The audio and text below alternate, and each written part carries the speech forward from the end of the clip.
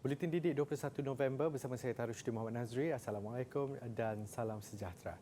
Perdana Menteri mahu permainan tradisi sukan rakyat serta budaya tempatan yang semakin terpinggir dihidupkan semula dan dipromosikan sebagai produk pelancongan baharu negara.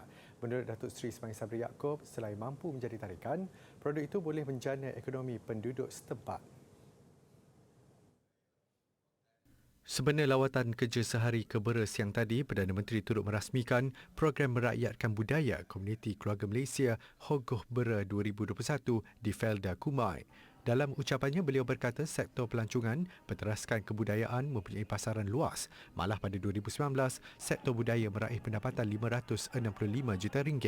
Namun kerana arus pemodenan, banyak aktiviti tradisi dan kebudayaan khususnya permainan rakyat semakin terpinggir. Sebahagian daripada tarikan kepada pelancong selain daripada kita mampu untuk mengekalkan budaya kita yang semakin lama semakin lupus, terutamanya dalam negara yang mengalami pemodenan dari segi kehidupan kita.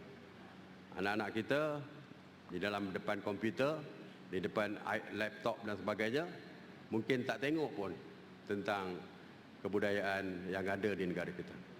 Kalau kita pergi negara lain, seperti Indonesia khususnya, dia memang membuat promosi.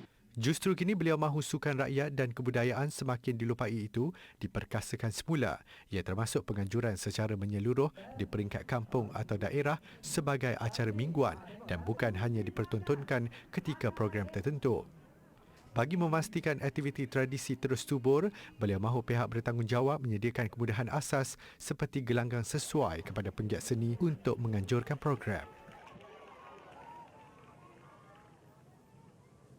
Dalam perkembangan lain, kerajaan menyasarkan seluruh negara termasuk kawasan pedalaman memperoleh liputan internet 4G sepenuhnya pada tahun 2025.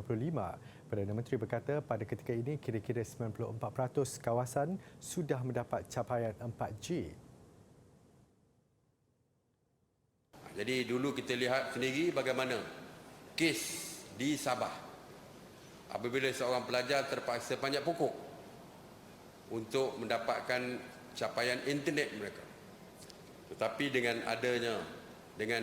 pelancaran jendela ini, kita yakin sehingga ujung tahun 2020 sebanyak 96.6% capaian akan dapat kita pastikan di seluruh negara. Ya, termasuklah kawasan-kawasan pendalaman dan sebagainya. Jadi di kawasan-kawasan yang terlalu remote, langsung tidak ada, terlalu jauh, kita mensasarkan, maknanya ada kurang 3.4% lagi lah. Kita sasarkan sehingga akhir tahun 2025.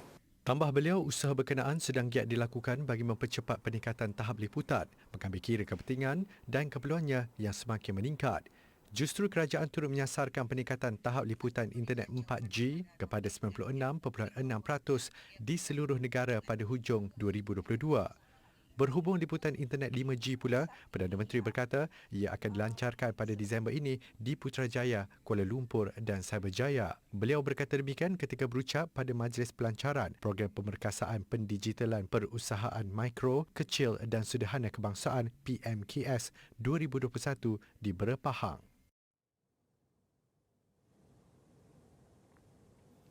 Lebih 250,000 murid sekolah rendah dan menengah di Kedah siang tadi memulakan hari pertama persekolahan secara bersemuka dengan penggiliran selepas negeri itu beralih ke fasa 4 Pelan Pemulihan Negara PPN.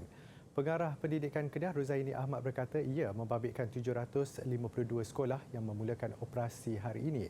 Jumlah itu melibatkan 154,214 murid tahun 1 hingga 6. Manakala 96,798 orang lagi merupakan pelajar sekolah menengah melibatkan kelas peralihan serta tingkatan 1 hingga 4. Pengoperasian institusi pendidikan di bawah Kementerian Pendidikan KPM di Kedah, Perlis, Perak, Pulau Pinang dan Sabah adalah mengikut ketetapan PPN. Sementara itu, pengoperasian sekolah di Perak, Perlis, Pulau Pinang dan Sabah akan bermula esok. Pendidikan bidang sains, teknologi, kejuruteraan dan matematik atau STEM perlu diberi pengkhususan jika mahu bidang itu terus popular dalam kalangan pelajar. Menurut pakar pembelajaran Petrosains Sdn Berhad, Muhammad Imran Arif, situasi pelajar ketika ini yang sudah mula mengadaptasi pembelajaran dalam talian adalah waktu yang sesuai untuk meningkatkan lagi pembudayaan STEM. Gagasan ini merupakan satu usaha kita atau wadah yang dilancarkan bagi mencapai dasar sains, teknologi dan inovasi negara. Walaupun gagasan STEM baru berlangsung kurang daripada satu dekad, pembudayaan STEM sudah direncanakan lebih 50 tahun yang lalu melalui dasar yang mana? Melalui dasar 60-40 sains dan sastra. Beliau berkata demikian dalam program Bicara Wara Inovasi Siri 2, anjuran Dewan Bahasa dan Pustaka yang diadakan secara maya. Tambah Muhammad Imran, pembudayaan STEM akan menjadi lebih mudah ketika ini memandangkan pelajar sudah terdedah dengan segalanya dilakukan secara online. Kesempatan itu harus diambil tenaga pengajar untuk menerapkan pemikiran saintifik kepada pelajar mereka. Pendek kata, kebolehan untuk berkomunikasi secara digital sudah menjadi satu keperluan lagi, bukan satu kehendak. Sebab inilah syarat. Sebab kita hendak mereka berupaya mendepani cabaran abad ke-21. Jadi mereka perlu menguasai kemahiran berkomunikasi dengan alatan digital. Sementara di peringkat komuniti, kata Muhammad Arif, pertandingan School Lab dianjurkan untuk menarik minat pelajar. Ia telah menarik minat 6,000 pasukan. Pelbagai pihak juga telah mengembangkan pelbagai permainan digital STEM yang boleh dimuat turun serta diaplikasikan oleh seisi keluarga. Untuk peringkat sekolah pula telah wujud pelantar STEM Malaysia bertujuan memberi peluang kepada pelajar membina kemahiran. Jadi apabila kita teliti data ini, kita meyakini bahawa penyertaan yang rendah ini bukanlah sebenarnya disebabkan oleh kurangnya minat pelajar terhadap bidang STEM. Sebaliknya, disebabkan pelajar tidak memiliki kompetensi atau kecekapan untuk melaksanakan STEM. Ia berdasarkan markah TIMSS, TIMSS. TIMSS adalah kepindikan daripada istilah dalam bahasa Inggeris, iaitu Trends in International Mathematics and Science Study. Jadi pelajar-pelajar daripada dapatan ini mengatakan pelajar kita sebenarnya seronok dengan pembelajaran STEM, dan markah yang mereka perolehi dalam ujian TIMSS juga melebihi markah purata pelajar antarabangsa. Kekangan yang berlaku adalah kurang sokongan daripada ibu bapa menjadikan penyertaan STEM tidak meningkat. Susulan itu, sokongan bukan sahaja daripada pihak sekolah, malah ibu bapa dan komuniti setempat amat perlu untuk menarik minat penyertaan pelajar dalam bidang STEM.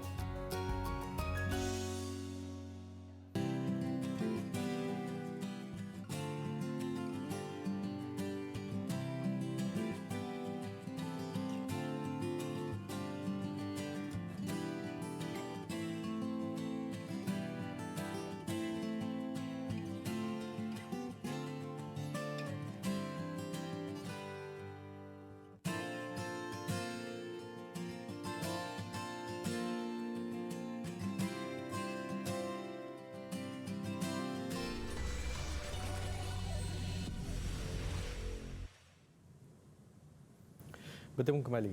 4,485 graduan dianugerahkan sijil akademik, diploma dan ijazah dalam Majlis Convocation ke-21 Universiti Tun Hussein On Malaysia UTHM di Dewan Sultan Ibrahim, Batu Pahat, Johor.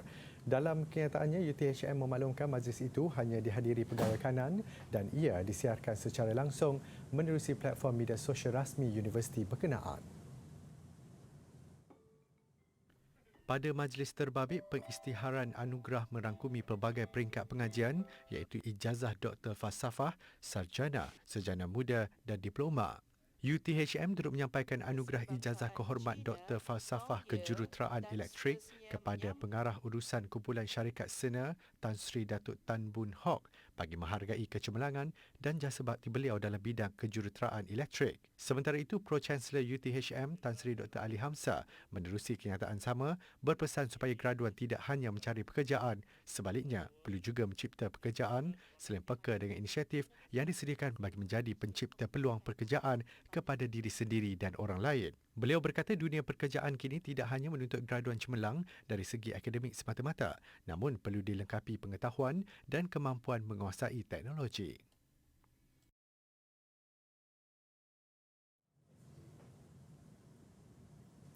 Kementerian Pembangunan Wanita, Keluarga dan Masyarakat hari ini melancarkan sistem info bencana 2.0 yang dinaik taraf. Ia bagi meningkatkan akses kepada maklumat berkaitan pengurusan bencana bawah kendalian Jabatan Kebajikan Masyarakat. Pelancaran sistem itu merupakan aplikasi utama dalam pengumpulan dan pelaporan statistik mangsa bencana untuk kegunaan orang ramai serta pihak berkepentingan. Antara penambahbaikan sistem yang dikenali sebagai sistem info banjir sejak 2015 itu adalah penggunaan dui bahasa, menaik taraf paparan antara muka dan integrasi. Turut ditambah baik modul pusat pemindahan, profil penduduk, bantuan pemulihan dan modul pengurusan stor serta tambahan maklumat baharu seperti paras air sungai, penutupan jalan serta senarai fasiliti penyimpanan bekalan. Sistem itu turut memberi akses yang cepat dan mudah kepada maklumat kritikal berkaitan bencana sekaligus memastikan tindakan pencegahan, rawatan dan sebagainya dapat dilaksanakan dengan lebih cekap dan berkesan. 41 kes kematian akibat COVID-19 dilaporkan semalam. Mengikut laman sesawang COVID Now, daripada jumlah itu, 6 kes adalah brought in death BID atau kematian di luar hospital. Ia menjadikan jumlah BID setakat ini 5,058 kes. Manakala jumlah korban akibat COVID-19 pula kini mencecah 29,978 kes. Untuk semalam, Terengganu mencatat angka kematian tertinggi dengan 12 kes, diikuti Perak 5 kes dan masing-masing 4 kes di Sarawak, Selangor dan Kedah.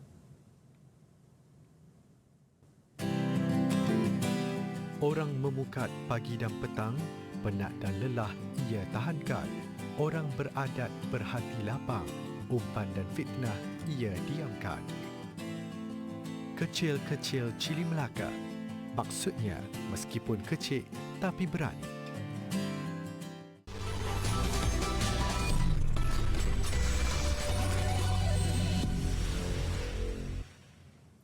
Baik, semua orang pasti selalu atau pernah menikmati juadah sate. Malah kerana keistimewaannya, sate juga antara beberapa perkataan asal bahasa Melayu yang masih digunakan oleh negara lain, khususnya negara barat.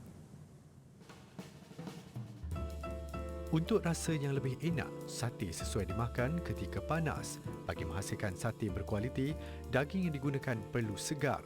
Daging sama ada ayam atau daging lembu perlu dipotong sebesar ibu jari dan panjang kira-kira 1,5 inci. Semua daging kemudiannya perlu digaul sehingga sebati dengan ramuan bahan yang telah dikisar sehingga lumat serta perlu diperap sekurang-kurangnya 2 jam. Ini bagi memastikan ramuan bahan itu meresap ke dalam daging dan mengeluarkan aroma yang menyelerakan apabila dibakar. Bahan-bahannya pula kebiasaannya terdiri daripada bawang besar, bawang putih, serai, halia, jintan manis, serbuk kunyit, gula Melaka dan garam secukup rasa. Seperti ketika ia mula diperkenalkan, sate sesuai dibakar menggunakan api arang. Tradisi menggunakan arang tu lebih, aroma dia lagi baik. Mungkin kebanyakan orang yang suka makan sate, dia suka bau arang tu. So kalau kita bakar guna arang tu, still lagi, aroma dia still lagi ada. Untuk set hidangan yang lengkap, sate perlu disertakan dengan kuah kacang serta dimakan bersama ketupat atau nasi impit yang dipotong kecil, bawang merah dan timun. Sesuai perkembangan semasa, ketika ini sate yang telah dibakar boleh diperolehi dalam bentuk sejuk beku. Kalau dulu mungkin orang nak makan sate kena datang, kena tunggu lama, mungkin sejam ataupun 30 minit. Kalau sekarang macam kita orang buat penambahbaikan daripada Sate Family, kita orang buat terus sate tu dah siap masak, dah siap frozen. So customer dah tak payah nak tunggu, just beli frozen, boleh makan kat mana-mana, mungkin guna microwave 2 minit, boleh bakar guna pan magic, dah tak payah tunggu lama lah. Maknanya bakar terus, masuk microwave 2 minit dah boleh makan. Sate lain yang tidak kurang hebatnya sering mendapat permintaan ialah sate kambing, perut dan arnab.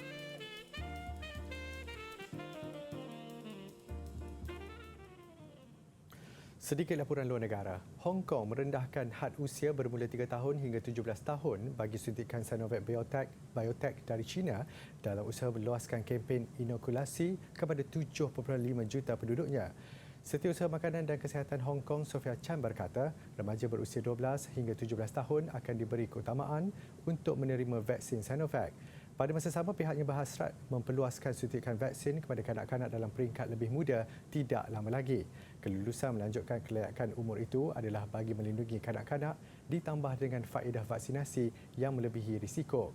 Terdahulu, kerajaan Hong Kong memaklumkan sudah membeli 1 juta dos vaksin BioNTech untuk melaksanakan suntikan dos penggalak. Hong Kong kini mengikuti jejak Beijing melaksanakan larangan perjalanan untuk menyekat penularan COVID-19.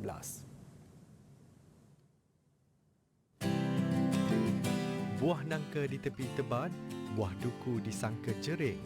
Disangka jujur hati sahabat, rupanya menikam kawan seiring.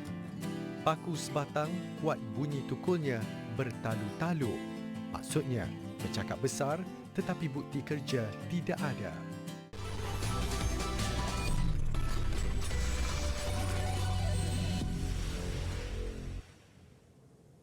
Sukan dimulakan dengan perkembangan rugby kebangsaan. Skuad lelaki dan wanita negara berjaya untuk kekal bersaing pada siri rugby Asia 17 musim depan. Pada perlawanan klasifikasi, pasukan negara beraksi cemerlang untuk menundukkan lawan masing-masing. Tewas kepada tuan rumah Emirat Arab Bersatu 14-31 pada separuh akhir Perth, pasukan rugby lelaki negara sedar hanya kemenangan ke atas Filipina bagi klasifikasi 7-8 menjadi penentu buat Malaysia kekal bersaing di peringkat tertinggi Asia. Azwan Zuwairi Mat Zizi paling cemerlang mencatat 2 try buat Malaysia selain turut menyempurnakan ke-4 conversion, sekaligus menyaksikan skuad kendalian Saizul Hafifi Mat Nor berjaya membalas kekalahan pada aksi peringkat kumpulan menewaskan Filipina dengan kemenangan 26-19. Kecemerlangan skuad lelaki turut dikongsi pasukan wanita kendalian jurulatih Muhammad Faiz Syamsul Khidir. Mereka pantas melupakan kekalahan 0-22 kepada Thailand pada separuh akhir Perth berdepan Filipina pada perlawanan klasifikasi 7-8. Malaysia tampil lebih kemas. 2 try menerusi Nur Fahana Aziz dan Nur Izzah Azizan membantu Malaysia merakam kemenangan 14-5 sekaligus kekal dalam saingan peringkat tertinggi rugby 7 sebelah Asia ini musim depan.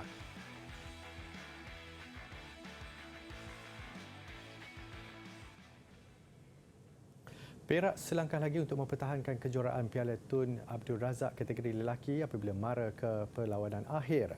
Bagaimanapun yang bakal ditentang Perak bukan lawan mudah, Pahang jelas menampilkan kelas tersendiri sepanjang kejohanan. Lebih menarik, pertarungan kedua-dua pasukan mengimbau aksi final 2014 yang menyaksikan Perak menewaskan Pahang 1-0. Perak mara ke perlawanan akhir buat kali ke-6 selepas menewaskan naik juara tahun lalu Terengganu di Stadium Hoki Nasional Bukit Jalil. Juara bertahan itu membuka jaringan seawal minit ke-7 menerusi Muhammad Izzat Hakimi hasil pukulan sudut penalti sekaligus gol keempatnya sepanjang kejohanan. Perak mengesahkan kemenangan 2-0 menerusi jaringan Padang Arif Sabron seminit selepas suku keempat bermula. Selain misi mempertahankan kejuaraan, Perak kini memburu gelaran kali ke-8. Satu lagi aksi separuh akhir lebih mendebarkan pertemuan Pahang menentang Melaka. Melaka bermula meyakinkan mendahului 2-0 menerusi ledakan awal minit keempat Amirullah Zainul. Namun tumpuan Pahang nyata tidak terjejas apabila bangkit melawan. Tengku Nasrul Iqmah menyemarakkan tentangan pasukannya apabila mendapatkan jurang minit ke-37 disusuli gol penyamaan untuk kedudukan 2-2 seminit kemudian menerusi Muhammad Idris Ahmad. Pemenang terpaksa ditentukan menerusi shoot-out selepas kedudukan 2-2 berlarutan sehingga permainan masa sebenar berakhir. Pahang nyata lebih unggul mara ke perlawanan akhir dengan keputusan 4-3.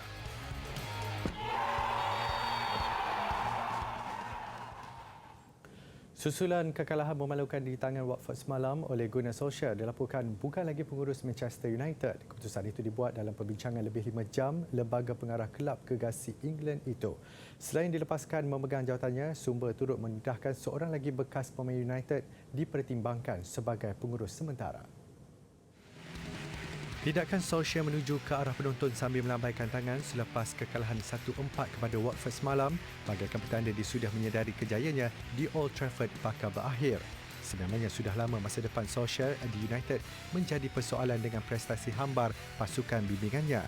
United umpama beraksi tanpa haluan dengan kekalahan demi kekalahan dirakam, malah Old Trafford suatu ketika dahulu gelanggang yang digeruni tidak lagi menggentarkan lawan. Dikabarkan juga bekas pemain United Darren Fletcher menjadi sebutan lembaga pengarah untuk dilantik sebagai pengurus interim. Antara lain yang dikaitkan mengisi kekosongan itu bekas pemain sensasi Perancis Zinedine Zidane dan jurulatih kelahiran Argentina Mauricio Pochettino yang pernah membimbing Tottenham Hotspur.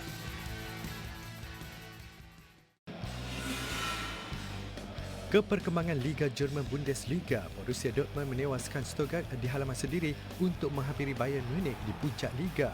Tanpa jaringan pada babak pertama, Donian Malen meletakkan Dortmund di depan pada minit ke-56.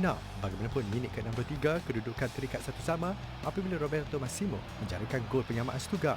5 minit sebelum wisa penamat, Marco Reus memastikan kemenangan 2-1 Dortmund sekaligus meraih mata ke-27, satu mata di belakang Bayern. Sementara itu, pasukan tangga ke-6 Wolfsburg menentang Arminia Bielefeld. Arminia di depan minit ke-11 menerusi jaringan Masaya Okugawa.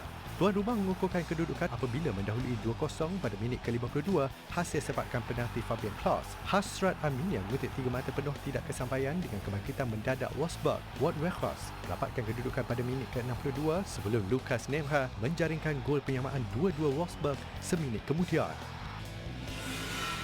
Dalam aksi bola sepak Liga J, Vissel Kobe menentang Yokohama FC. Beraksi di gelanggang sendiri nyata bukan kelebihan buat Yokohama yang ketinggalan seawal minit ke-9 menerusi Yuya Osako. Menuju wisa penamat babak pertama, Vissel Kobe menambah jaringan kedua. Gol menerusi sepakan penalti pemain sensasi Spanyol Andres Iniesta minit ke-31 memastikan kemenangan buat pasukannya.